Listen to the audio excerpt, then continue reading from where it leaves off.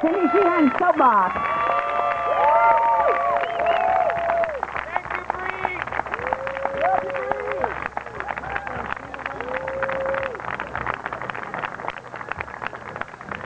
Hello. I'd like to thank San Diego Coalition for Peace and Justice for inviting me here. Thank you. Gabe asked me if I had any friends in San Diego. I said they're all my friends in San Diego. And fortunately, San Diego was the first person to ask me to come and mourn this day with you. So I jumped on the offer, and I'm here, and it's always great to be here in San Diego. Many of you, of course, came to Camp Casey in the summer of '05, or Thanksgiving, or Easter, or summer, or Easter, and some of you came all the time whenever we were there at Camp Casey in Crawford. So, from what I understand, can I take this off? From what I understand, Barack Obama vacations in Hawaii. So, what a much nicer place to protest than Crawford, Texas, that's for sure.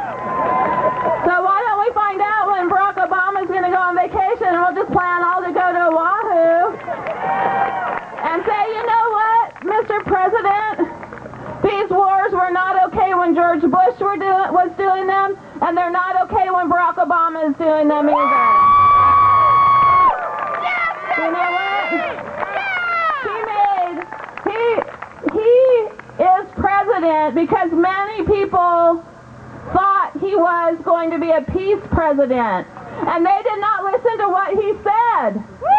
He said that he's not against war, he's just against dumb wars. Well, I want to tell him that all wars are dumb. And solving problems by using violence and killing our children and having our children kill other people's children is dumb no matter where you are. And I see a sign out there that says 6 years for what noble cause? And, you know, 6 years is too long, but 6 minutes was too long. And I asked George Bush, what noble cause? Because he said our troops were in Iraq and it was a noble cause. He never defined or said, and how come every time I start talking that happens? It isn't an accident. It happens too many times to be a coincidence. So anyway, George Bush never told me what noble cause he killed my son for. He never told me what noble cause he killed 4,000 other American soldiers for. What noble cause have we killed over 1 million innocent Iraqi and Afghan people? What noble cause do people have to flee their homes? And you know what? The noble cause, and I say that in air quotes, the noble cause has trickled down and is affecting every aspect of our lives here in America. Yes. And there was a journalist who asked me today, why now are you guys talking, you're not only talking about Iraq, but you're talking about Palestine, you're talking about education, you're talking about other issues. Are you getting too diverse?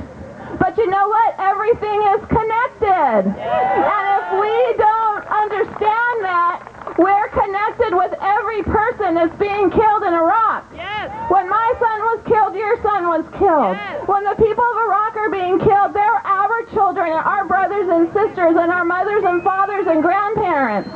But the war economy is what is affecting our economy today.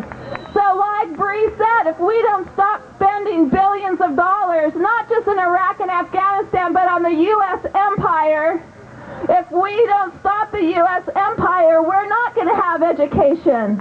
You know what? Instead of saying making education affordable, education should be free. Yes. Yes.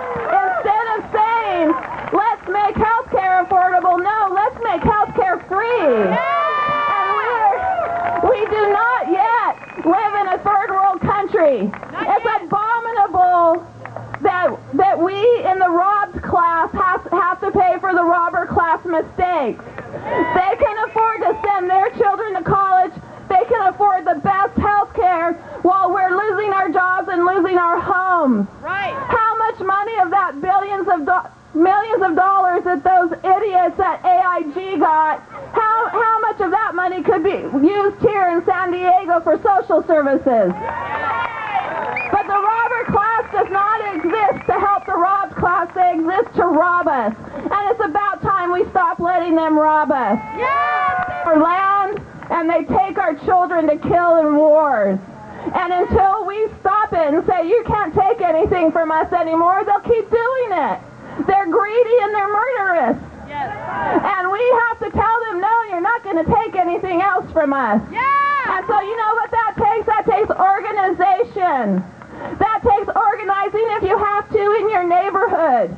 If you have to in your apartment building, if you have to in your community, and we need to start doing organic gardening. Yes. We need to start trading with each other. We need to start riding together or not riding at all.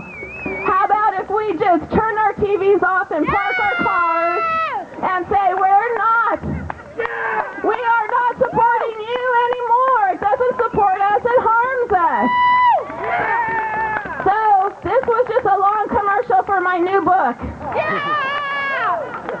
It's called Myth America, the 10 greatest myths of the robber class and the case for revolution. Okay, we're not going to change. We have to be out here today.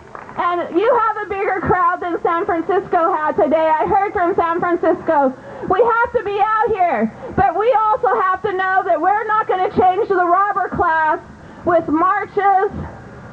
We're not going to change the robber class at election time. You know, they own the elections. Yes. And whoever won for president, the robber class won.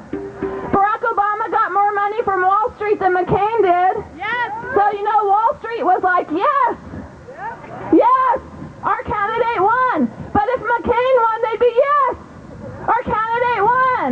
And the war machine was, yes, our candidate won.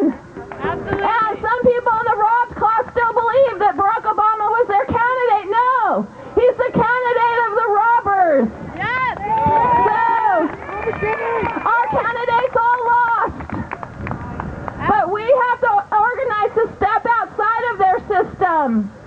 And when we use our economic power and our people power, because they're very conscious that there's way more of us than there are of them, until we start using our power, nothing's going to change. So it's called 10 Myths. Now it's called Myth America. Myth America, get it? Like Miss America, only you have a lisp. Myth America, the 10 greatest myths of the robber class and the case for revolution. Because that's the only thing that's going to change this country is another revolution. And we need to keep asking Obama that question. We asked it of George Bush, we have to ask it of Obama. What noble cause? You said Iraq was a dumb war, so why aren't our troops coming home? Yes. You said Afghanistan's a good war, but you know what, Obama? That's bullshit. Yes. Afghanistan is not a good war. There's no good wars. So again, thank you for inviting me. Thank you for being here. I just want to say, power to the people is not a cliche. Power to the people. All power to the people. We have all the power. Love you, Cindy. Thank you. Love you guys. Thank you.